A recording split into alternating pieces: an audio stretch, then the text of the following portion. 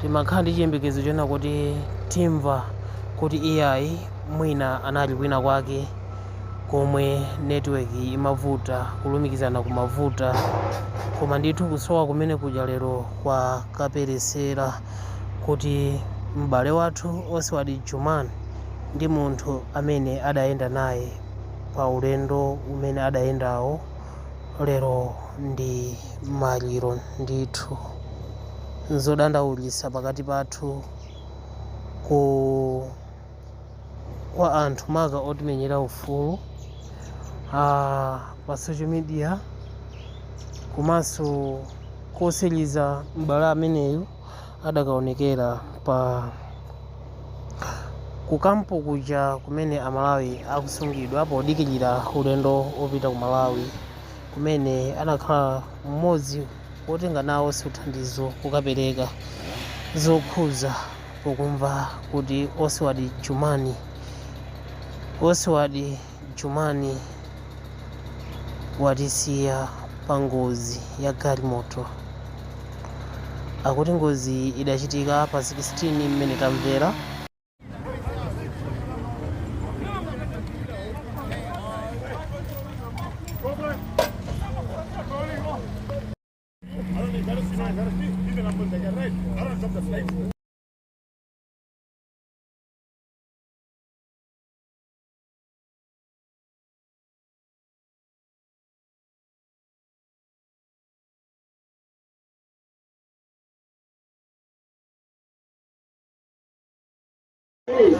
Tikulandireni kuno Whispers Community Radio ndine Oswald Chumani. Kumene mukuona ndi Shauri ground kumene kwasonkhana Amalawi amene akhudzika ndi zipolowe zimene zikuchitika ku South Africa, amene akuyembekezera kuti kaya ndi boma kaya ndi akufuna kwabwino achite ndithu chotheka kupezera ma transport kuti achoke malo ano kupita kumudzi ku Malawi. Ndipo pano ndipena anthu akugona kudya ndi chilichonse chochitikira malo ano pali anthu oposa 5 to 6,000 amene akugona, ambiri mwa iwo ndi ana ndi azimayi. Tipanga kuti tione limodzi kuchuluka kwa anthu amene ali pano. Mungathe kuona kuchuluka kwa anthu amene tili pano. Holo imene ikutchedwa ndi imeneyo, ndikuti mbali kumatchedwa za mzikiti ndimene kuoneka chapo, ndipo ndi pamalo pamene pali matenti amene anthu akulandirirapo chisamaliro komanso kudikilira kuti mwina mabasi komanso chithandizo cha mtundu uliwonse chingathe kuwafikira. Kutheka kuti mwina muli thandizo lina lake, tafufuzani njira zimene anthu akulandirira thandizo kuti mwina nanunso mukhoza kutenga gawo lokuwathandiza Amalawi anzathu amene akhudzidwa ndi zimenezi. Ndine Oswald Chumani wa Whispers Community Radio. Tsiku labwino. Kupangira kwa amene mwina zowerengazo zimatisautsa timazitsata kwenikweni, tikhoza kuyembekezera kuti anthu muwerenga kupeza kuti muli uthenga ofunikira koma mwina kuwerenga kwavuta. Nkhani ndiona kuti musayiwale kuti boma limagwiritsa ntchito kwambiri intelligence, ngati pali chinthu chimene chimapangitsanso to deal ndi zinthu zimene zimafunika diplomacy ngati government. Intelligence imafuna izikhala patsogolo kwambiri, and intelligence imaphatikizirapo kuthana ndi vuto lisanafike pooneka. So izi sindikungokamba ya based on maumboni komanso ma studies a zinthu zina zimene tikuzidziwa zokhudzana ndi intelligence komanso nkhani zokhudzana ndi security, safety, accident and incidents, hazard and all that kind of stuff.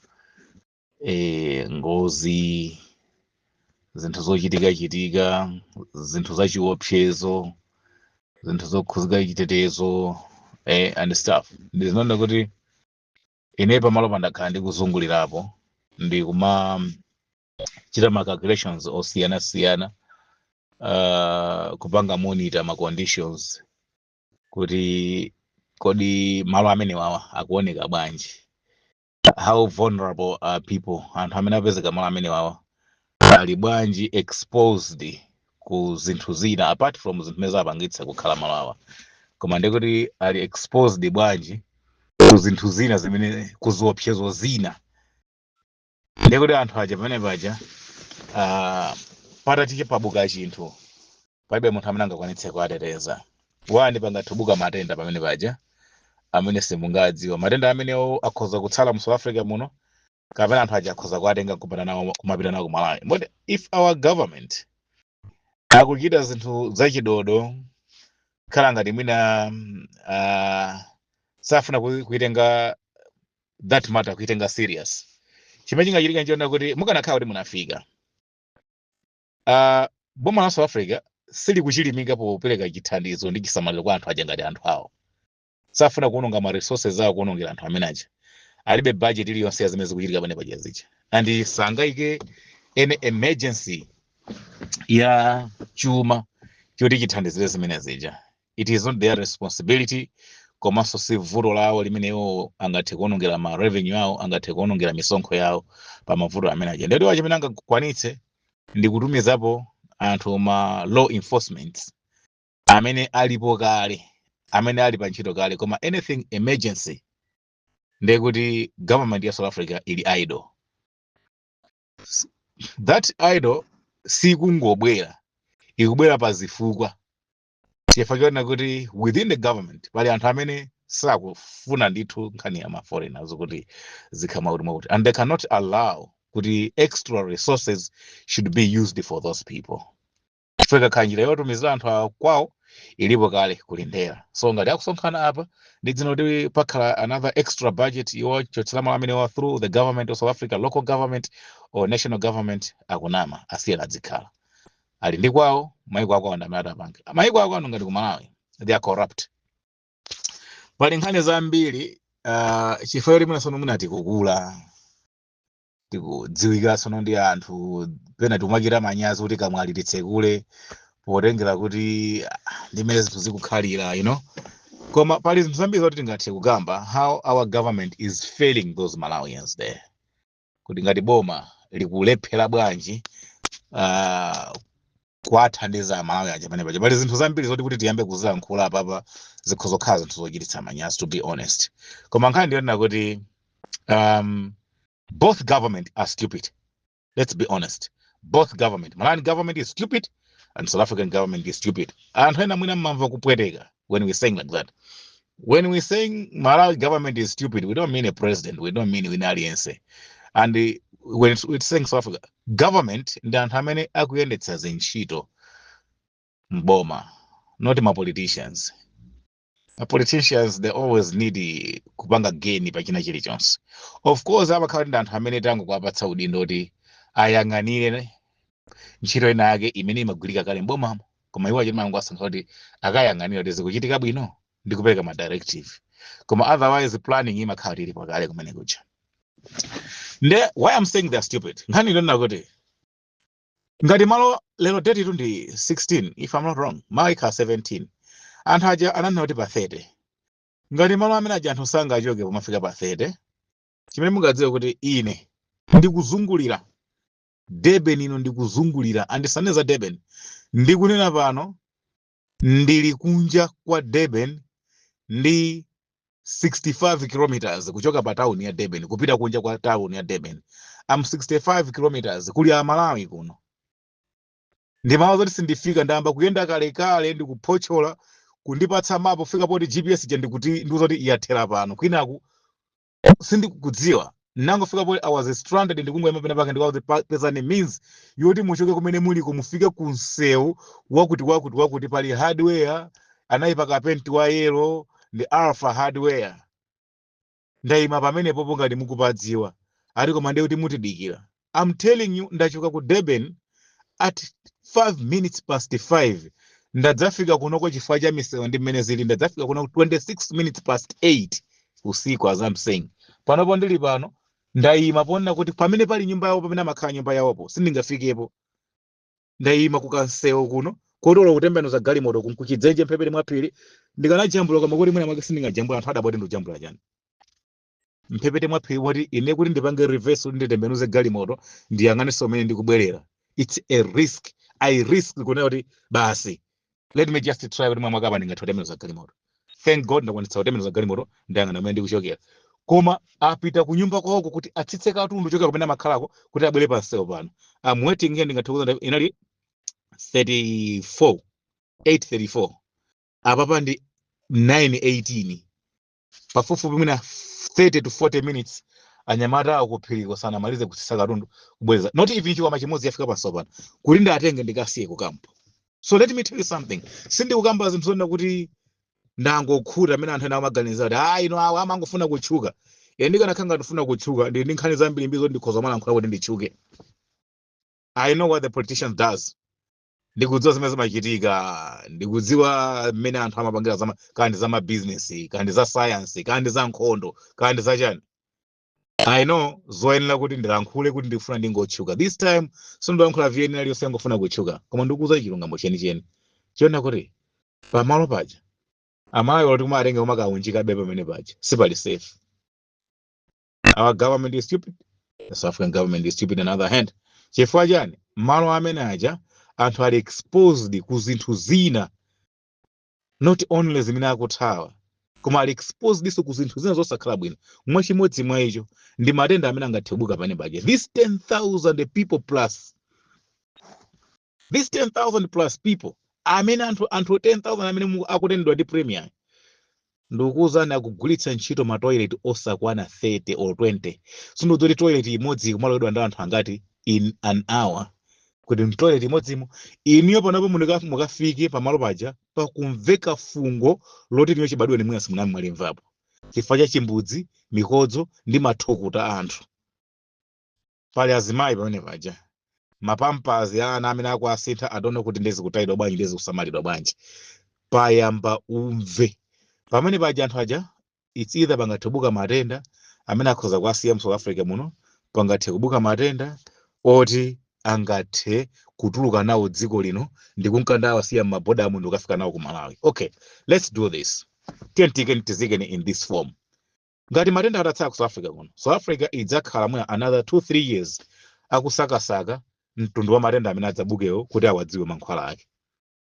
Matenda amene ngati Malawi atatenga nkupita nawo ku Malawi, Malawi idzakhala mwa another 4-5 years akusakasaka mtundu wa mankhwala to treat that matenda. Ani ndrama zimene adzaononge ma governments awiri popanga research ya mtundu wa matenda amene angabuke malo amene aja adzaononga ndrama zoposa kupangira hire mabasi oti anthu amene aja awachotse pamene paja. This is why I'm saying we are stupid.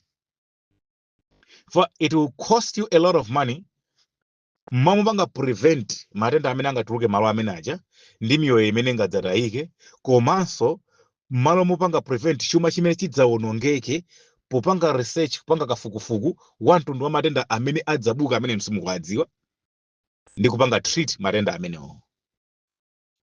Komanso ndi kuthanirana nawoto kuti ngati alipo asapitizike kufala. Ma resources amene adzaonongeke pamenepo adzakhala oposa kupanga hire mabasi ndi kwachotsa anthu aja pamene pachadzipita mmakwawo. Put it one side. Second, takamba za matenda. Secondly, malo amene aja lero date ndi 16 malo 17 tikutsala ndi 13 days. Anthu amene ali pamene paja mukakangana processing imene ayika yo apanga verify maina kwatenge ma fingerprints kwatani kuti mpana afike pokwera bus.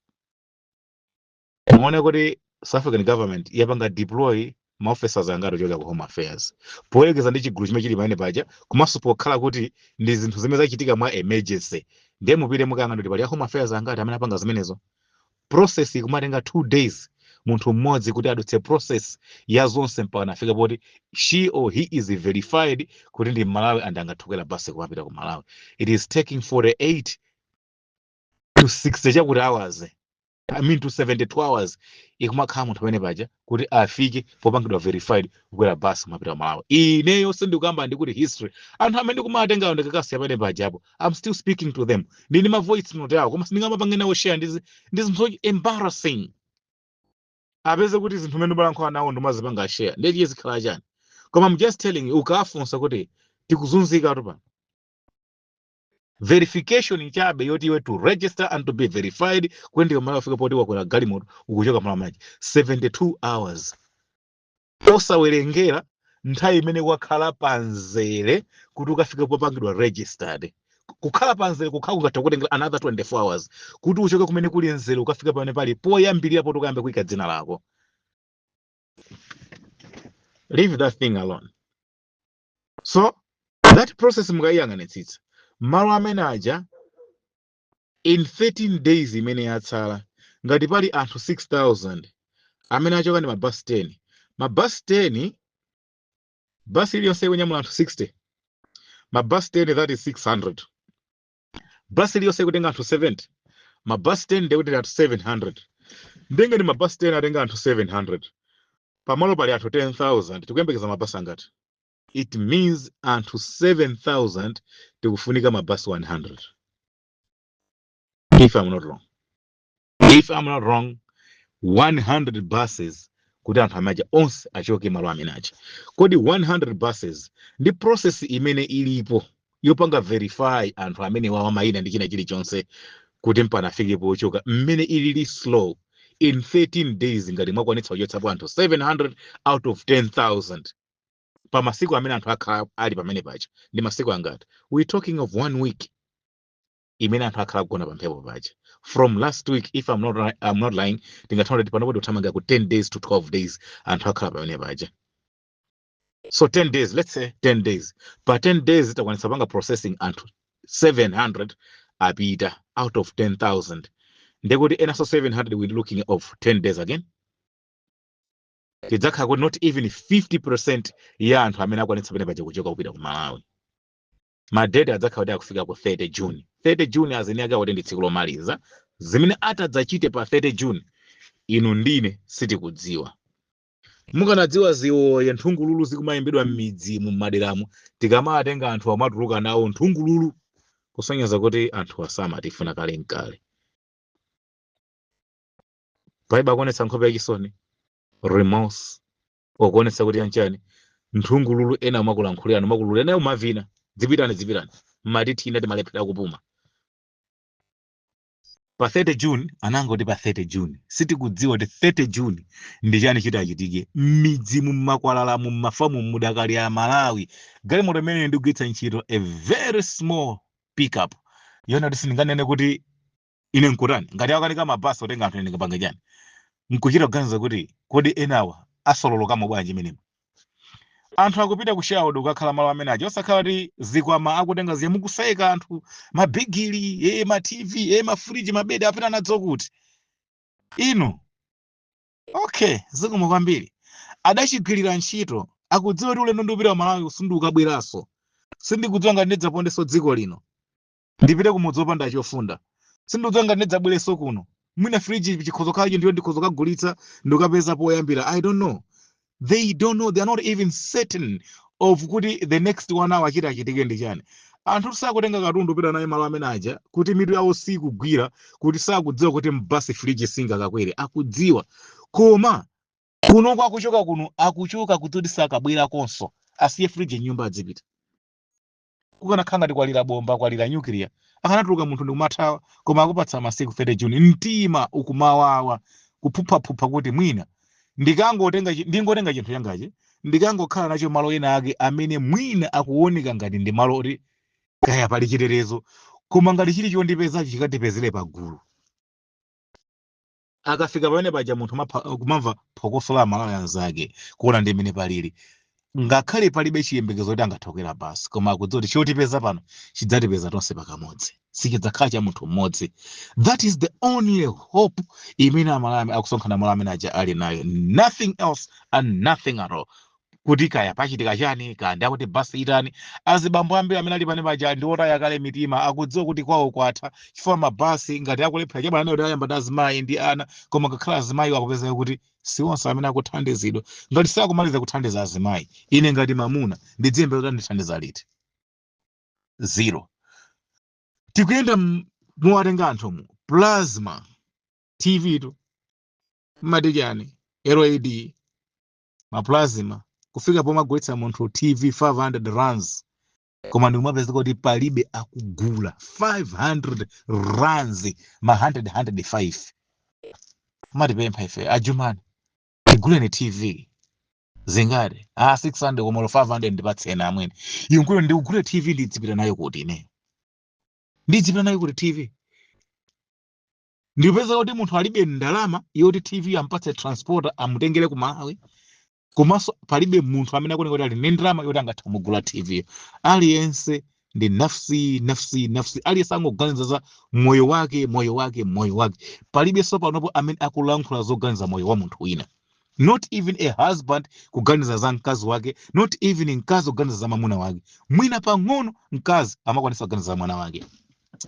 Ande mukamamva kuti tsiku la chiweruzo likadzafika aliyense adzakhala akulabada za moyo wake, tabwani kunoko mudzaone ngati kuli kotheka, bwerani mudzaone kuti kodi anthu amene akuyendera zikuoneka kuti uyu akulabada moyo wa munthu wina kapena uyu akulabada moyo wa munthu wina kapena aliyense angolabada za moyo wake. Munthu akugusa TV phone yoti anagula 3000 rands, munthu amaigusa 600 500 400 rands.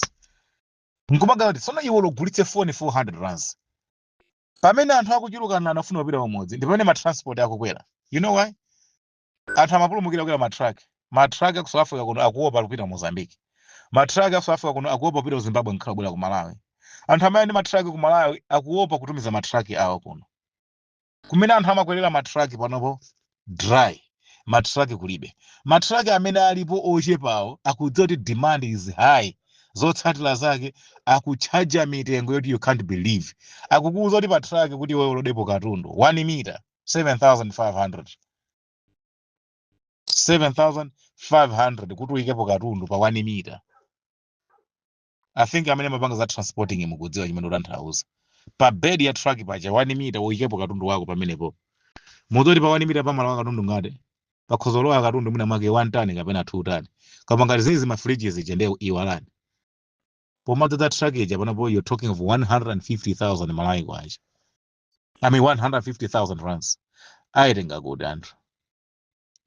Zotsatira zake we don't know. Ngakhale ma transporter akungotenga katundu kupanga hayala kupa kurenta chi warehouse ndi kumangotenga katundu wanthu kumakaunjika kumene koko just for safety and security, kuti mwina zingotetezeka zisaonongeke, zitetezeke zisabedwe. Koma they got no idea kuti azipanga transporting bwanji kuti zipite ku Malawi. Ambiri ndikupatsani munda kumudzi, ndikakupatsani chiweto kumudzi, ndikakupatsani mpunga kumudzi, apanga zakuti abale anga kumudzi. Ndikuganiza kuti chabwino kuli ziweto kumudzi, kuli mpunga kumudzi, kuli minda kumudzi yoti atipatsa munda. But transport akufunika ndalama yoti apangire haya atengere katundu wanuyo. Transport akufunika ndalama zoti akudulireni tikiti akwezetseni basi ya private osakhala mabasi awawa. Zomwe zikufuna ndalama zenoti zikhale m'marandi. Are you expecting? How do you expect kuti transporter akhala ndi ndalama za marandi zake zokwezesera katundu wanuyo pa truck, ndi ndalama zake za marandi zoti inu yakukudulireni tikiti ya basi muzipita Malawi, iye mukampatse munda, iye mukampatse makwacha ku Malawi, iye mukampatse mbuzi, iye mukampatse mpunga kumudzi. How possible is that? Pafika kuti nobody knows what is happening and why is happening and how is happening. Palibe akudziwa. So ngati itafika 30 June ndikupezekabe kuti anthu adakali malo omwe aja, let's call our government stupid and let's call a South African government that is stupid. Chifukwa chani kuti 30 June itati afika and the chaos grows out of hand. Zafika poti munthu sangazipange control. Pamene paja anthu 10,000 ali exposed kuziwembu zimene zingachoke m'midzi kubwera malo amene aja. Tell me, how will your government protect them? If they cannot be protected, padzachoka maliro angati? Then only after that, ndeti zakhale ndi ndalama zofuna kuyamba kulimbana ndi ziwembu kwa anthu aja. Alo, ayamba bwesa katundu? Okay. Iyi trip yoyamba kapena mubwelesa saini? Yoyamba? Zidakabwela zina? Okay. Kumbuyo kuli malo? chifukwa malo oyimano ndi tisanama akuluakulu malo ano ndi achabe olo kuti nditembenuka apa basa zinali bwino mwene nkomapanga reversible ai asisi kunoko ndi mati kuti mukamakhala kunoko mati chani ampheni avuto tawa mini mwachokera muli musinafika ukataka ai sorry ai ndithu pepani guys ai pepani tiye ndipireni koma basi timpemphe mulungu kuno tisakabweresa akatipatsa zochita mulungu zimene amatipatsa kunozi mulungu akatipatsira mulungu ndikuwuzani mwana we musadzakabwere nayenso kuno mudzakasemba naye ja ndi akamadzapita kubanja mwana amene mudzati chaka chimenechi uyu ali ngati ujeni siyonje ai pepani bwesa ndikwezeka tundu tidzipita kwada nditsekulekaye kumbuyoko nditsekulekaye kumbuyoko ndi comrades tati okay chabu inuyo chifani chimene mapangira ere auze ndi zinthu zawo zosazibweretsa apa ndione kuti nkali muno ndizipakira motani fone dzamba pakira zinthu zing'ono kapena zopepuka kuja kubwera zinthu zina mungu zikankhira kumbali kwambiri upangira kuti kanjira kuko kumene khoza madutsa kwa anthu ena basi okay sure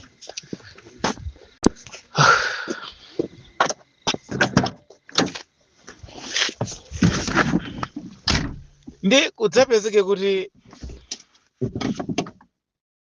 tsono boma lidzapezeke ndi ndalama pano pali ndi nthawi yoti anthu aja angathe kupanga processing mwasangasanga anthu aja ndi kuchoka pane paja koma tidzakhala ndi ndalama yonyamulira maliro munthu mmodzi kuchoka malo amene achapita Malawi mitengo kaikha 4,000 rands sulozoti azinyaka mabasa amachaja ndalama zingati whatsoever maliro simudzanyamula ndi 4,000 rands maliro simudzanyamula ndi 2,000 rands komanso anthu amene aja simukudziwa kuti if they can be displaced there kuchita mothamangitsidwa chifukwa choti sonafuna kuthawitsa miyoyo yawo kuti kumene adzathawire kuchidzachitike ndi chani kumene chidzachitikire moyo wawo sitikuchidziwa akuluakulu nthawi zina inde pamakhala last yakufuna kukhutitsa mimba zathu kudzera mukali konse kamene kakumveka kuti pabwera ndalama. I'm telling you, distance imene ndayenda ine kudzafika kunoko. What I'm asking from these people ndichongowaza kuti galimoto ndi iyi, tirani mafuta kuti tikafike kuli inuyoko ndi kuthira mafuta kuti ndikwanitsa bwerera ku nyumba. The rest zisiyeni kwa mulungu zimenezo. I don't need anything from you. Koma ineyo ndilibe ma resources uri ndingathokwanitsa kuti ndidzinka ndima kutolani kumaka kusiya ndi malo amene ajawo using my resources. Ndipo sindofuna pezerapo mwayi uri ndidzipanga ma VN omauza anthu kuti thandizeni ndalama tikutenga anthu m'midzimu makasiya uku ndikhale ngati ineso ndatsekula mgodi umene nditachire. I could have been saying this kumbuyo kundikanapanga zimenezo. Akuluakulu akufuna kwabwino kuti thandizeni ndalama tidzithira mafuta tidzikatenga anthu m'midzimu. Sindifuna panga nawo zimenezo. Azini yake ngati ali ine ndalama. Ndi 200 rand ndikuti iko kwakuti ndikumayang'ana pa mapping tatata o ma kilometers mwakuti okay sharp. Kumene koko ndidzafike kudza kutengani ndikubwerera kuno petrol afunika wa 150 rand, petrol afunika wa 200 rand, petrol afunika wa 300 rand. Akumathira anthu mafuta ndikatenga ndabweretsa. As we are saying petrol we're buying at 28 rand a liter. That is 140 rands 5 liter. Chigubo cha 5 liter 140 rand. Musaone ngati 140 kwacha tikuti 140 rand 280 rand yo ndi ndalama zoma kwana cha kuma 60-70,000 kwacha. I'm just asking for that money and sindikufusa ndalama imene out of greed koma kungopanga kuti ndipanga bwanji ine chuma chake ndaonjeka kuti kocho ndidzithira mafuta galimoto nthawi as I'm saying nthawi panopo ndi 10 chichokeni cha kunyumba ndadzuka ndi 10 minutes to 6 ya mawa mpaka panopo ndili galimoto chimene ndikudya ine ndi madzi ndi juice. Zoti anthu amadya sima ndangoyiwala kaye, zoti anthu akumasamba ndangoyiwala kaye, zoti anthu akuti akumakaswali ndi kumama akapemphera kuti akumakuti ndamakatani. Ndikunena pano ndili ndi mwana wang'ono wa zaka 10 It's me and my son, 2 of us here. Ndikumasiya mwanayo mmawa ndamusiya 6 o'clock asanadzuke. Dzuwa likumatuka past 6. I mean dzuwa likutuluka ndi 6:45. Ndamusiya nyumba past 6 asanadzuke. Ndangopanga breakfast kumusiyira ku kitchen. Ndangolemba noti kumusiyira pamene ndamusiya kugona. Ndaliza galimoto kumapita. Mpaka panopo sindinabwerere ku nyumba. I'm talking of 14 hours to 15 hours. Mwanayo masomo sindinamuone. In this country kumene zili zinthu ngati zimene zizi. Kungolimba mtima ndi malameni makhala we okay. Wadzuka ndamuimbira phone. Are you okay daddy? I'm okay. All right fine. Wakwanisa tenga za kudya kwa microwave ya okay all right. Ndikungomuimbira phone. Imagine ndili kuno olo magetsi kulibe. Ngati kuli magetsi ndi ma street pole amene akungooneka mwapo ndi apo. Manyumba anthu onse amene kwaona kunjako ndi mdima mulibe magetsi. I don't even know kuti ndili kuti. Akuluakulu ndi situation imene wina aliyense samayenera kuipanga business. Ndi situation imene wina aliyense amayenera kudziwa lakaye kuti ndine ndani. We are in that situation. Kuni mubwere kutoku mudzaona anthu, mudzaona azimayi ndi ana. We couldn't kumakhala ndi government imene ikudikira kayendedi yapo chani. Kumakhala ndi anthu amene kuti alandira zinthu zoti athandiza anthu anzawo.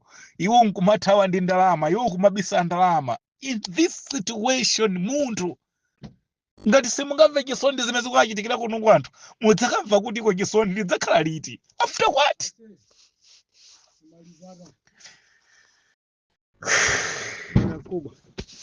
Yeah, sir. Okay, then bagende zivita. Zinthu zomvetsa chisoni. Zinthu zomvetsa chisoni bwani kushaudu mudzaone. And anthu amene akupanga chipongwe anthu kuti kumapanga delay daladala akudzoti where is the delay coming from? Ndi anthu amene zinthu aziona ndi maso awo. Mwina anthu amukungowaona ali pa shaudu pacha. Mwalondole kumidzi kumene amakhala kumukuona atantani. Okay, basi nkotseka ndizipita.